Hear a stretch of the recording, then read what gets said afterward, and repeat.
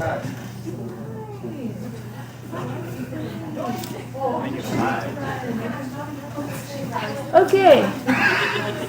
So hello everyone. You're still sitting very scattered. Didn't work last time. I told you I don't bite, but you didn't believe me. But okay, you're here. Hi. So last time we talked about some global demand protein numbers, and we talked about different protein sources and some advantages and disadvantages and how do we produce protein ingredients.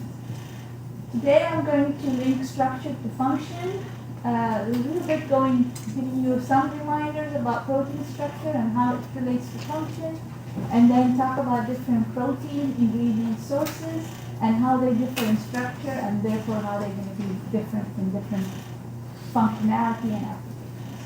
So I hope I can get through everything, but if I don't, I will record the last bit of it and put it up on Canvas. So we'll see. So, of course, you've taken food chemistry, so I want to ask a reminder to see how much you remember of your food chemistry protein background. So, the following is true about the R group of an amino acid. Does it influence polarity? Does it always carry a charge? Does it have an effect on the secondary and tertiary structure of the protein? Come on, refresh your memory and tell me. Who's going to be brave enough to tackle this? Okay, thank you. Yes. A and C. Any other takers? Clear? What don't you like about B? Does the R group, what is the R group? What's the R group? It's the R group. So your amino acid, it has amine group, carboxyl, R group, which is a function. It's a continuation of your amino acid, but it can differ from one amino acid to the other. Does it always carry a charge? Does it always carry a charge? No. Okay, so the answer is A. Yay, good job. Okay, so it doesn't always carry a charge. It carries a charge in 5 different amino acids. I'm sure you know them. And then it influences polarity because it could be a small chain. It could carry a charge. It could be polar. It could be non-polar. So with that, it influences the polarity of the amino acid, and by extension, the protein, depending on the composition of amino acid of the protein. Okay, and then it has an effect on the secondary structure. So this determines polarity, hydrophobicity, reactions and interactions. But it also dictates the secondary structure and tertiary structure. And you'll see that secondary structure and tertiary structure and also quaternary structure are very important for functionality and thermal stability. So the amino acid composition, which is dictated by the different R groups of the different amino acids, influence how the protein folds, and by that influence how the protein functions.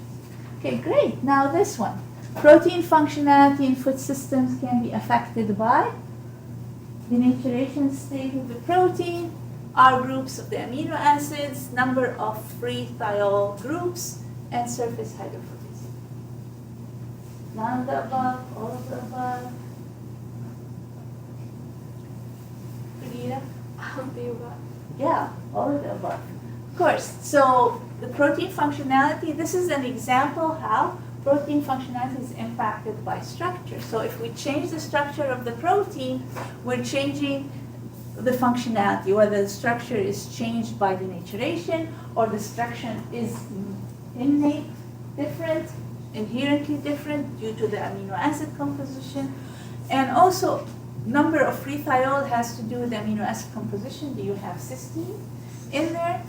Then the cysteine has free thiol groups. If you have oxidation conditions, you get disulfide linkages, and that impacts structure and then therefore the function.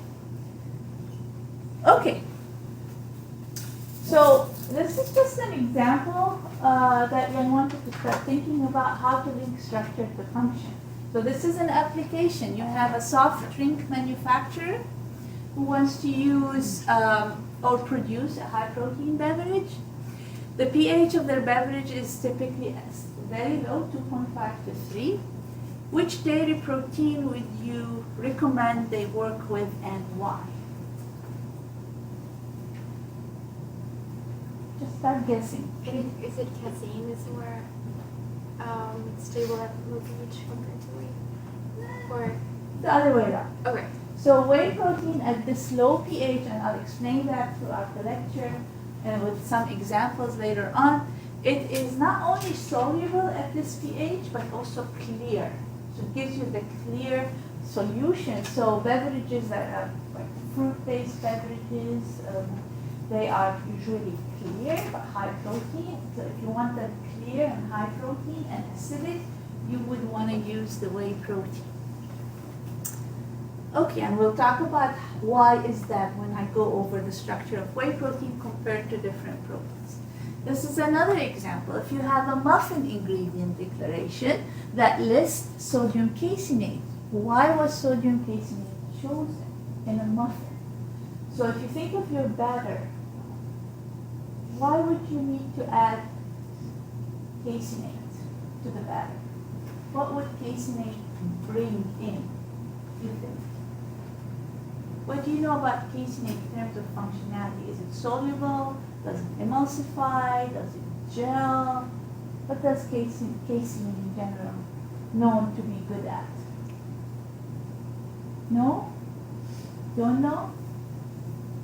Well, emulsification.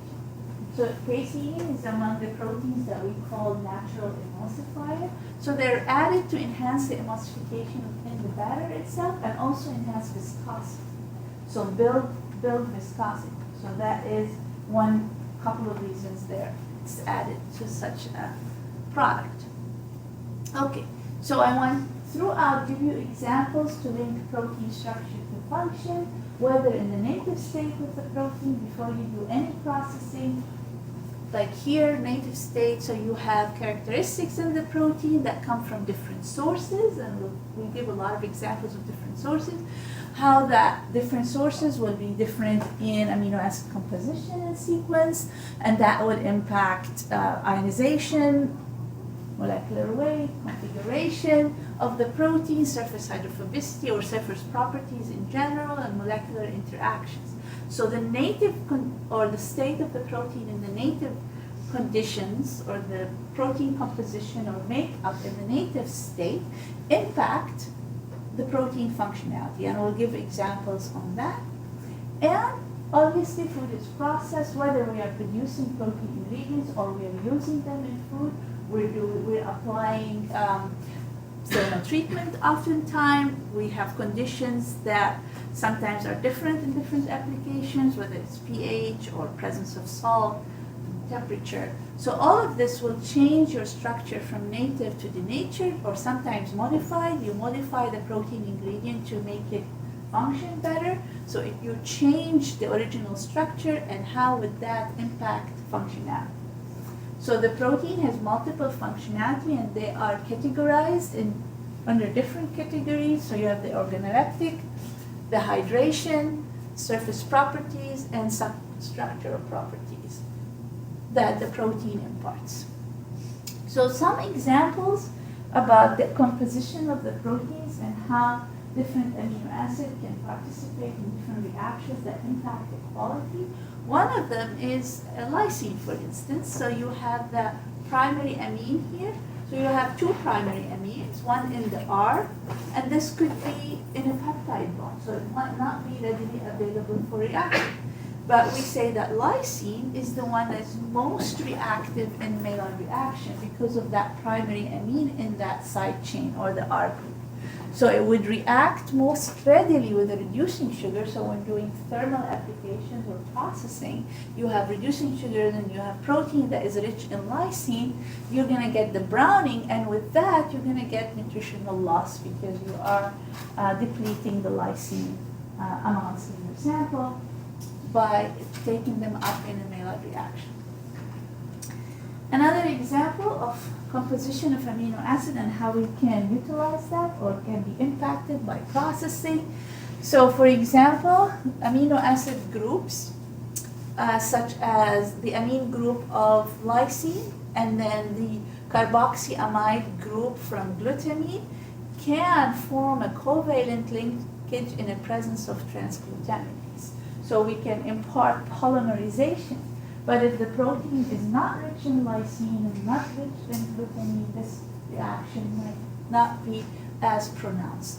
So with that, we can enhance polymerization in sources of bread that is not wheat, like rice, does not have the high molecular weight proteins that are needed to form a strong viscoelastic dough that will give you a good rise of the flour, but you can compensate by producing polymers using transglutaminase. Example of oxidation of cysteine. So here, under certain conditions, alkaline conditions, for example, or thermal treatment plus alkaline conditions can cause oxidation. For instance, and not necessarily thermal treatment, some denaturation of the protein and particular pH can result in the formation of disulfide linkages. For example, where is this relevant? It's relevant in the formation of the gluten network.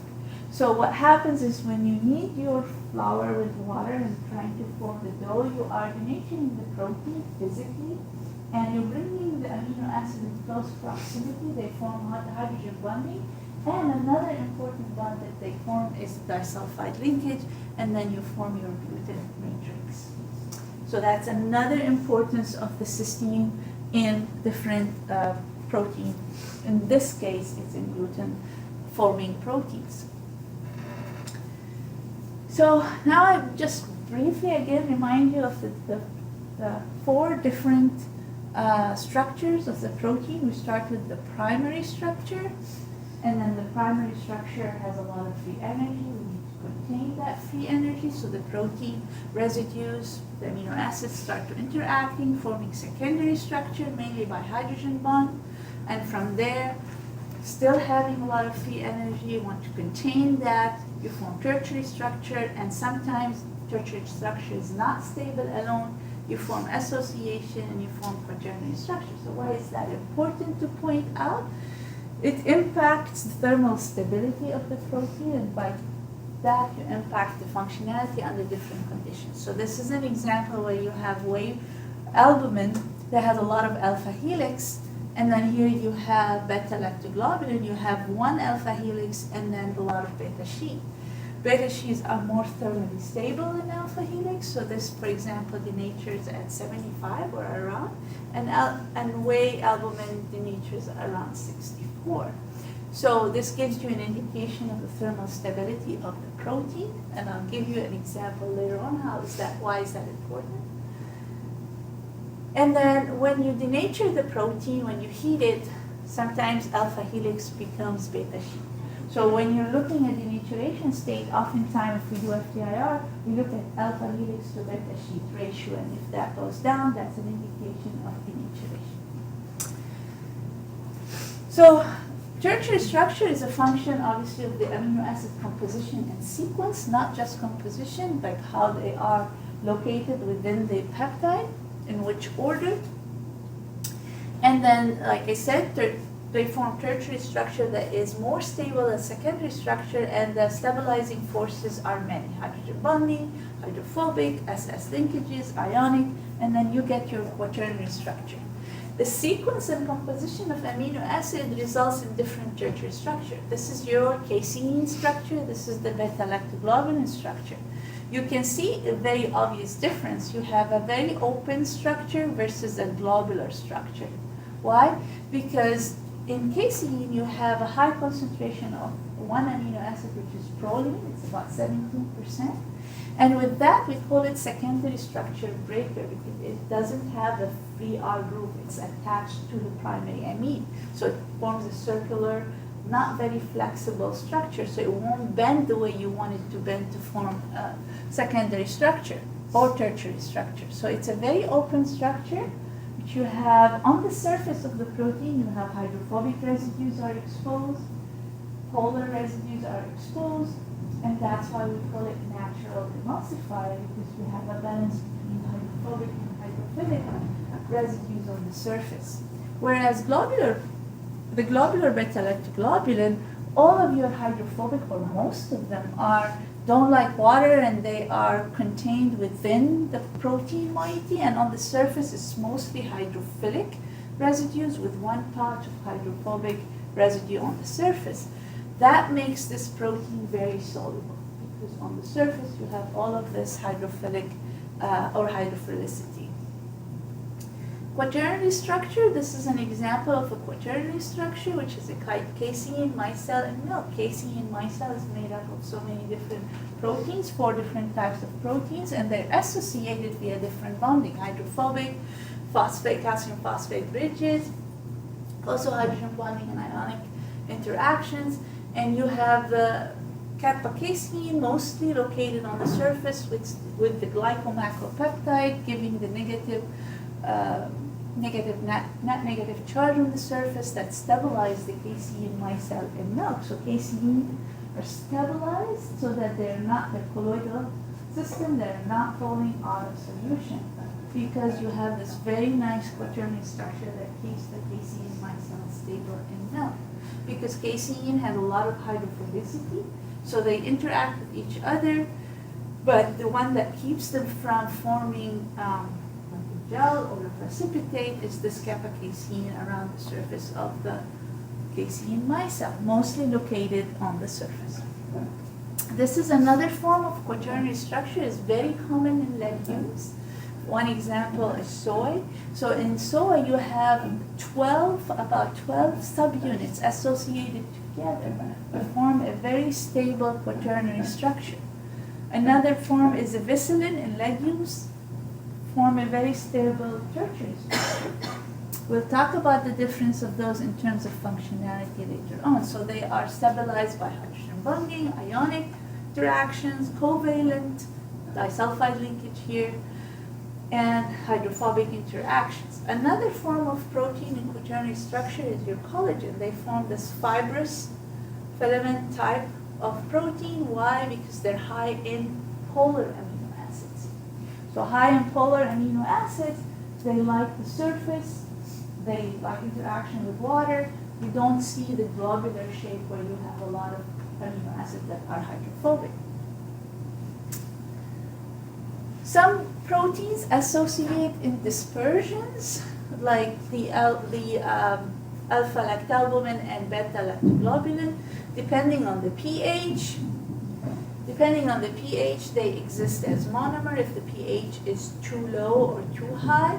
If the pH is over the isoelectric point, but around the neutral, they exist in dimer, but around the isoelectric point, they exist in octamer, and they are not very clear solution in that case.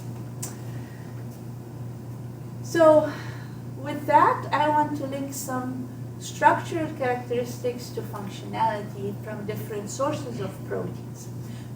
This is an FYI table, which I consider really good for you to know, where you want to know what is, when we say organoleptic, what does it mean? Kinesthetic, what does it mean? Hydration, for example, interaction with water impacts solubility, dispersibility, even of gelling, and syneresis and viscosity.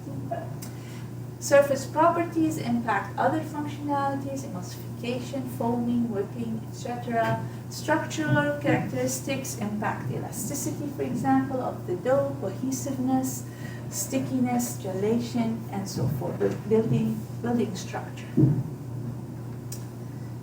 This is also a table which is really good and summarizes function, what's the mechanism. So solubility, what makes the protein soluble is the hydrophilicity on the surface.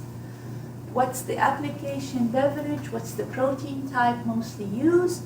Is whey protein in this case. And these are all the other functionalities, the mechanism, different food products, and what type of proteins often used. So these are the categories of the functional properties. I'm not going to go into them. You supposedly covered them in food chemistry, but just to remind you, we have two categories. The hydrodynamic aggregation, where its interaction with water impacts solubility, water holding, water binding, viscosity, is basically interaction of protein, water, and protein builds viscosity, elasticity, gelation. Surface properties, hydrophobic, surface activity, its interaction at the interface, whether it is protein, lipid, or protein air. So structure that governs certain functionality, size, and configuration governs viscosity, gelation, thickening, and texturization. Whereas surface properties impact whether it's hydrophobicity or charge, impacts solubility, water holding, water binding, foaming, and emulsification. So here are some examples of different sources of proteins, how their structure impacts their function in different applications. So this is your beta-lactoglobulin. So you have a lot of beta sheet, you have a free sulfide group, and it is very globular because most of your hydrophobic residues are in the inside. They hide from water, so it forms a very structured structure. So with that, it's a very soluble protein. So if you look at this without heating, so this is a chart that shows you solubility at different pHs. If you look at whey protein, around the isoelectric point of 4.5, you would think there's no charge, you would think the protein will fall out of solution, but no, whey protein remains soluble at all the pH. However, if you heat it close to its denaturation temperature, what happens is the protein unfolds. So it exposes its hydrophobic groups. So at isoelectric point, you don't have charge, and you have a lot of hydrophobic groups at the surface. So what's going to happen, you're going to have protein-protein interactions, you're going to have sedimentation, and you lose solubility. So if we want to compare whey protein to plant protein, usually plant proteins have a solubility curve as such, even without heating. So you have that bell shape, even without heating, because you have a lot of surface hydrophobicity or high surface hydrophobicity. So when you lose charge with high surface hydrophobicity, they're going to interact and aggregate. No matter if you heat it or not, you have a lot of surface hydrophobicity in plant protein compared to whey protein. So you see that with and without heat, that bell shape where you lose solubility when you don't have charge. And in an application, you can see that. So if you look at the beverage at 3.4, of course you have your whey protein right there, has 100% solubility. That's why it is the golden standard for high protein beverages. And then you have the soy protein that has a mere 20% solubility, and pea protein even worse. So if we take the aspect of gelation to form gel, thermally induced gels, for example, which are important in different applications, a lot of different applications that require gelation. So different sources of proteins. If we look at camelina protein, which is an oilseed type of protein, versus soy protein. You notice this is a gel where we look at protein subunits based on their molecular weight.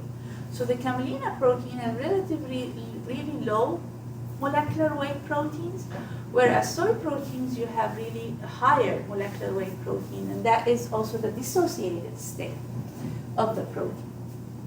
So with that, if we look at the gelation, so this is the rupture force, you have much higher strength of soy protein compared, let's say, to any of these camelina proteins that are extracted under different conditions. So this tells me that camelina protein, because of the low molecular weight, it doesn't gel as well. So it won't perform well in an application that requires strong gelation ability. So if we want to look at soy versus pea, and we talked last time about the importance of pea, and how it's growing in the market, and how it's being used more, and the soy protein is being used less, but it's still not being used as much because it doesn't do well. Its functionality is not great. So if I look at soy protein versus pea protein, before we go into these numbers, soy protein forms a gel at 10%, whereas pea protein does not form a gel at 10% protein. At 15%, you form a really strong gel, whereas at 15%, the pea gel is really weak.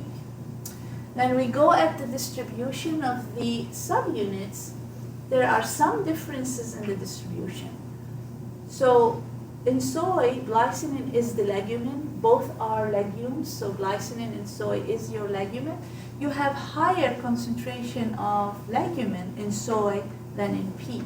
And legumin is responsible for disulfide linkages. It has higher sulfide groups. So looking at the differences in, even within legumes, when you have differences in the profile of different proteins, you end up with a completely different functionality. Looking at emulsification. So when you have emulsification, you look at casein versus globular proteins. So casein is an open structure, it's a natural emulsifier, it has the excellent surface hydrophobicity to hydrophilicity balance, so it's highly amphiphilic. Then we look at emulsification capacity of sodium caseinate versus globular proteins from soy and pea. At 0.5% protein, sodium caseinate has an emulsification capacity of 1,800 grams of oil per gram of protein. That means 1 gram of protein can emulsify 1,800 grams of oil. Soy, however, you need higher percentage first off of a protein, 1%, to form a good emulsion, and the emulsification capacity is lower. Looking at pea, it's dramatically lower, it's pathetic. You have to have about 2% protein to form an emulsion, and then it can only emulsify 400 grams of oil per gram of protein. So why? Because soy has a better surface hydrophobicity to hydrophilicity balance than pea, and caseinate top that for the two, better than both of them. This is for you to study from for the test later on.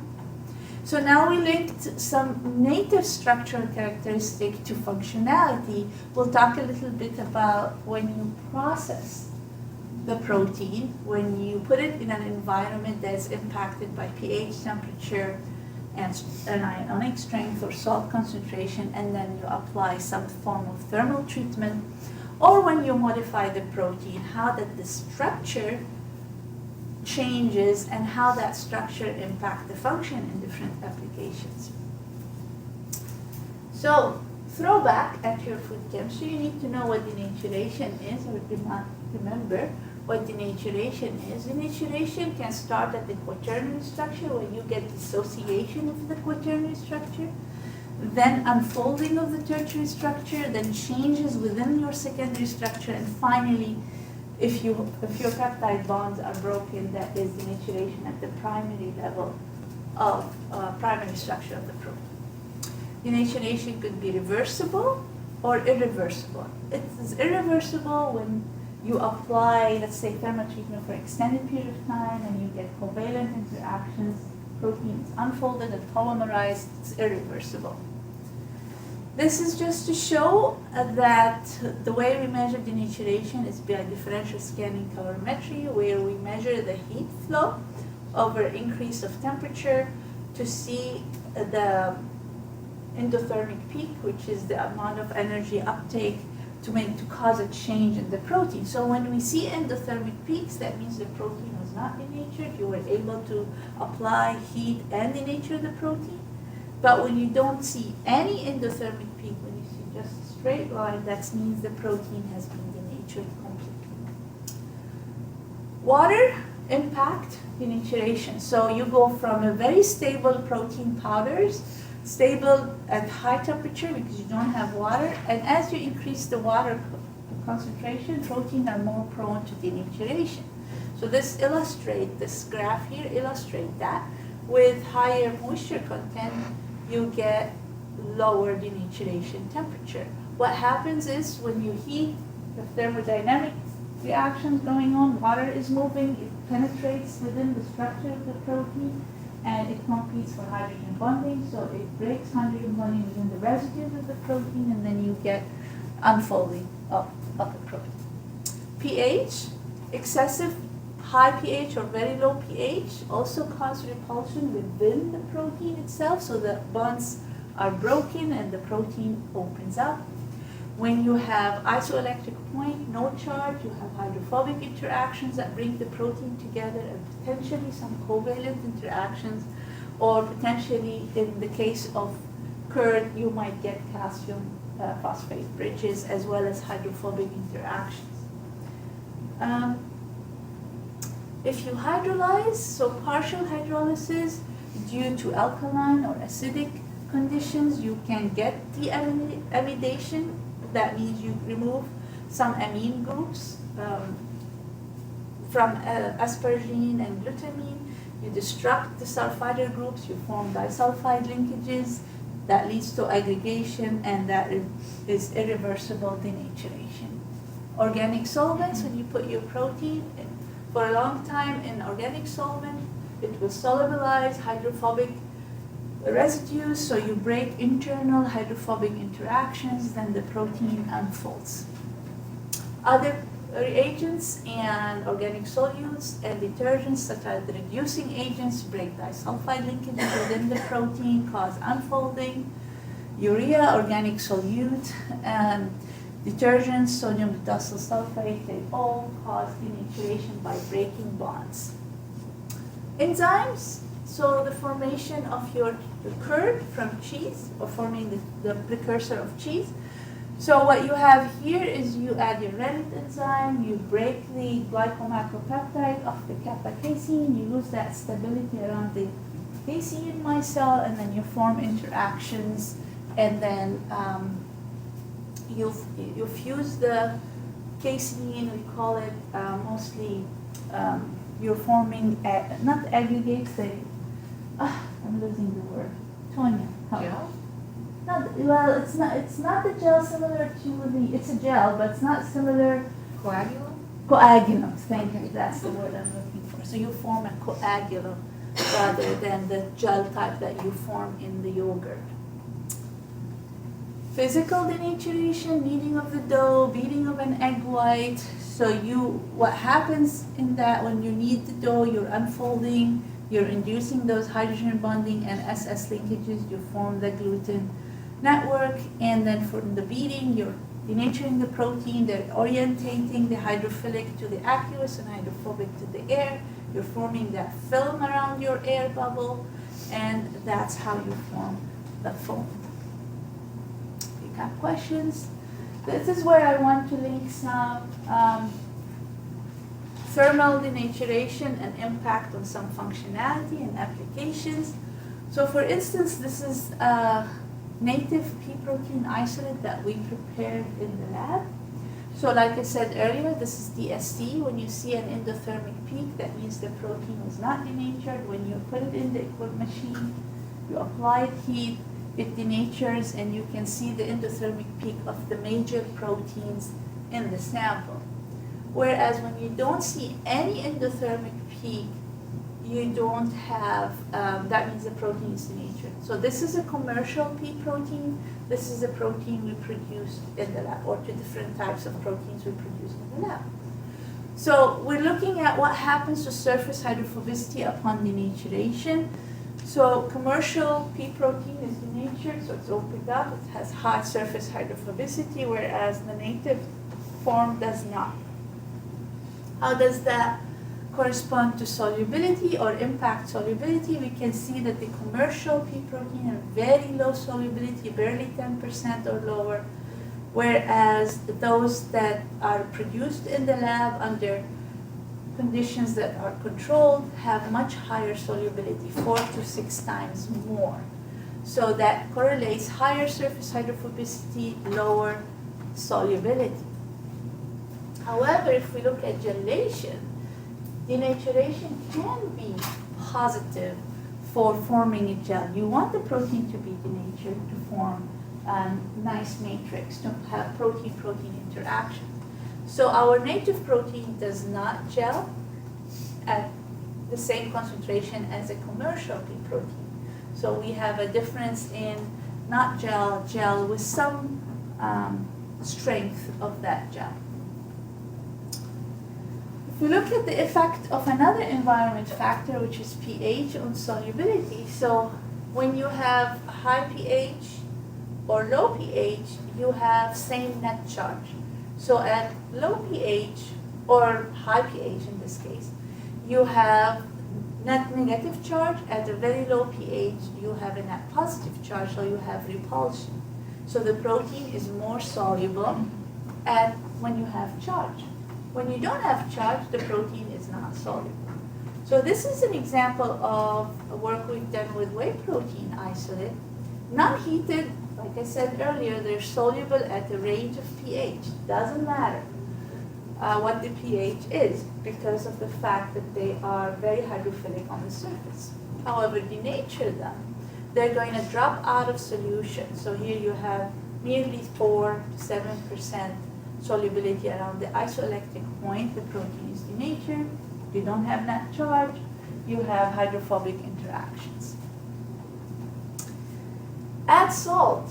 Sometimes we add salt to stabilize. So you'll see in acidic beverages they add phosphates.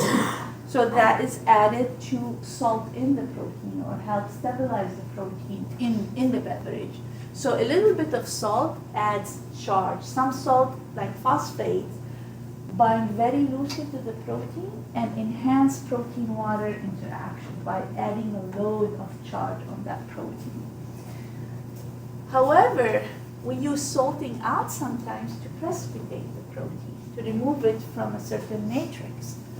So what happens at really high concentration, you are shielding the charges on the protein. Your salt is interacting with the charged residues and breaking ionic interaction within the protein. So you're causing denaturation and you have very strong interaction with the salt and the protein and less interaction with water. And salt also competes for water interaction. So we use this mechanism to separate and isolate protein from the mixture. So basically salt alters the hydration properties of the protein, affecting its stability. So we say salt that binds loosely enhance stability and salt that binds strongly decrease the stability. So we divide the types of salt into cosmotrope and catotrope. So some salts interact very loosely with the protein, so you have more protein-water interaction. Some salts bind really strongly with the protein, so you see the salt interacting with the protein and less water-protein interactions. If we look at, that was solubility, if we look at gelation, so we also want to pay attention to the different environmental conditions. So protein concentration, some proteins gel at 1%, like gelatin. Some proteins 10%, like soy. Other proteins maybe not even at 20%. So protein concentration is dependent on the source of protein. And pH is very important. So it's a very high pH or very low pH. Protein is soluble, it's not going to get protein interaction. You won't form a gel. At the isoelectric point, you are going to form aggregates rather than a gel, very turbid gel. Close to the isoelectric point, it might be an opaque gel, but away from it, but not too charged, you will have a very nice transparent gel. So you really need to have balance between some charge and some hydrophobic interactions as well to form your gel. Salt concentration, so if you increase ionic strength, also with a little bit of ionic strength you enhance protein-protein interactions, but with a lot of it, then you'll have a lot of protein-protein interactions and less protein-water interaction, then you get a really bad gel. Calcium ions sometimes are added to enhance bonding. You form calcium bridges because it's a divalent ion, so it's often added to the formation of tofu to enhance formation of the gel. Heating temperature and heating rate is very important. So when we heat, we want to make sure that the temperature is enough to denature the protein. But we don't want to have it too high of a rate, then denaturation will be too fast, polymerization will be too fast, and you form a sediment instead of a gel. So heating temperature and rate is very important. Proteolytic enzymes, so we need to be very aware of that. If protein ingredient, for example, has been hydrolyzed a lot to a very small molecular weight, then it won't form a good gel. For example, if you want to form a pineapple jelly, you want to make sure you have canned pineapple, not raw pineapple, because of what? Anybody knows what's in pineapple? Huh? Is it the enzyme? There is bromelain, yes, the enzyme in pineapple. So just a recap question to wake you up a little bit. So if you have a protein that is globular, with native structure, with very low surface hydrophobicity, we've been talking about that a lot. What would, out of all of this, what would you pick? Who was listening to me? I know Rachel was listening to me. Who else was listening to me? Not from the grad student side. Nobody. I'm so disappointed. I'm going to call names. I know all of you. Thea, wake up.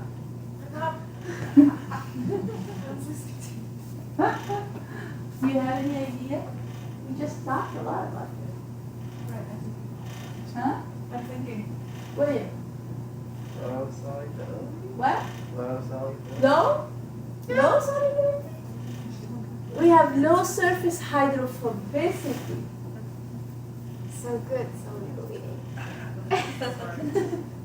You're all fired. Right. Okay, bye. We were just talking about this the whole time. Okay, so low surface hydrophobicity, very hydrophilic on the surface, likes interacting with water, you expect high solubility. A very globular protein, not necessarily whey, take another globular plant protein. What would it have, low digestibility or good digestibility? Low. If it's not denatured, not processed enough, it's just compact protein, it's really hard for digestive enzyme to reach the sites where the peptides are broken. So oftentimes, well, in whey protein, for example, infants cannot digest it because they don't very well, because they have not well developed their digestive system. So that's why in infant formula, most of the time they use whey protein hydrolysis. Okay, partially denatured. We opened it up a little bit. We don't have polymerization. We just unfolded the protein a little bit. What happens now? It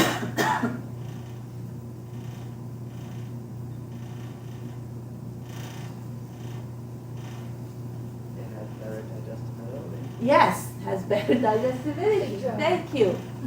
Thank you.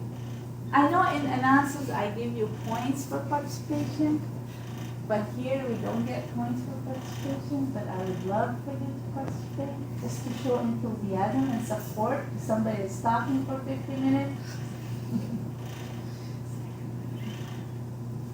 Okay, I'm gonna go to Rachel. It's gonna be a good emulsifier. It's going to be a good emulsifier. Now I have a better balance of surface hydrophobicity to surface hydrophilicity. Now I denatured the protein, I can also get a better gel. If I want to induce thermal gelation, for instance, I want to make sure that the protein has denatured, opened up to allow protein-water-protein interactions. Okay, good. Now I have a highly denatured protein that is polymerized, so it's just been abused by processing. What happens? Abused by processing. Abused. Low solubility. Have low overall functionality, including low solubility. Yes. So it's just bad. At this point, it's bad. And then also have low digestibility because you form this large polymer, and now it's much harder for that protein to be digested in our intestinal tract. So something that you have to pay attention to if you go and work in industry later on when they want to make protein claims. PDCAS, you're all familiar with PDCAS.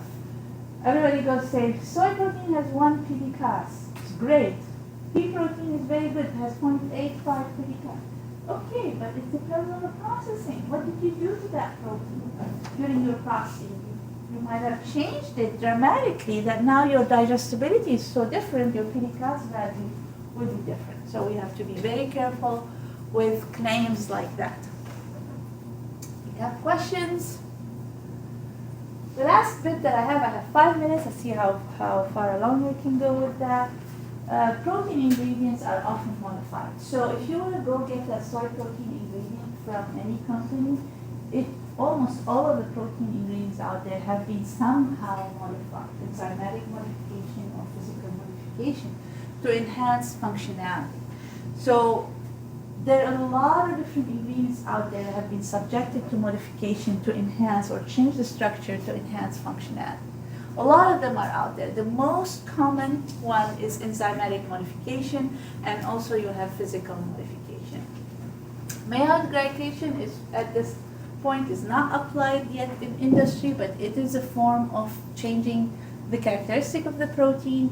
Chemical modification is a very old way of modifying the protein. They still do it, for example, in China, like phosphorylation or glycosylation, changing or acylation. So you add a group, a chemical group to your, or a functional group to your protein, so you change the surface properties of that protein. But we can't do it here. In the US, it's not allowed. For labeling purposes, we cannot do chemical modification to proteins. Biotechnology, you can do genetic engineering, knock out sequences, impact the nutritional quality of the protein, for instance, by adding amino acids that are essential amino acids. But again, it's a complex, it's complex with regard to consumer acceptability and genetic modification. And it might change other characteristics of the protein that requires very close attention. But whatever we do, when we do protein modification, the hope is to enhance functionality, nutritional delivery, through digestibility, for instance, deliver physiological benefits. For example, with the hydrolysate, you hope to generate bioactive peptides that have functionality I talked about last time, antidepressant, antihypertensive, promote satiety, and so on. But whatever we do, methods should be safe and approved by the government. This is an example where you can modify by hydrolysis and change completely the function. So depending on the enzyme you use, you can actually hydrolyze certain components within protein. So this is soy protein. So this is your soy protein that is not modified, and this is soy protein that has been modified by pepsin, and this is soy protein that has been modified by papain. So the papain enzyme hydrolyzed beta-conglycinin, whereas the pepsin hydrolyzed the glycine. Glycine is the legumin that is responsible for building protein-protein interaction. It has the high sulfide groups. So when glycinin was hydrolyzed here, the gel hardness was reduced significantly.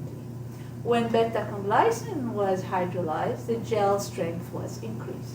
So if we target the hydrolysis to target certain subunits, we can enhance certain functionalities over others. We can do targeted modification to enhance solubility, to enhance emulsification, to enhance gelation, but every function we want, we have to use different conditions to achieve that. Maillard-induced glycation, what is the Maillard reaction? It's the reducing end, the carbonyl end of a reducing carbohydrate reacting with the amine group. You get the first stable compound, which is the Amadori compound. So this is what we want to get. We want to get Amadori compound and not progress to other, to advanced stages products of the Maillard reaction. So what we tend to do here is we tend to glycate, the block positive charges by blocking amine groups. So we end up with a higher net charge. So we end up with a higher net charge, we have bulky groups attached, not to all lysine groups, because then we lower the nutritional value, just partial glycation. You increase surface hydrophobicity, and when you have higher surface hydrophilicity, sorry, not hydrophobicity, you increase the denaturation temperature, so you have less denaturation rate. You decrease disulfide interaction, and then you have higher steric hindrance, so that means they don't want to come close to each other because of the bulky groups. And you increase solivation, that means interaction with water, so you have repulsion, and in solution, the protein remains in solution at for longer time over storage or upon heating if it's more stable to thermal treatment. So if we look here, again, an example of a hydrolyzed protein using targeted modification, it's 6 times better than commercial protein. And then a glycated pea protein now have 100% solubility, similar to whey protein. So you can actually take a crappy protein and turn it into a very good protein by modification. Physical modification, cold plasma. Do you know what cold plasma is? No? Does anybody know what cold plasma is? Or what plasma is? This is the 4th state of matter. So when you take the gas and then ionize it, it's your plasma.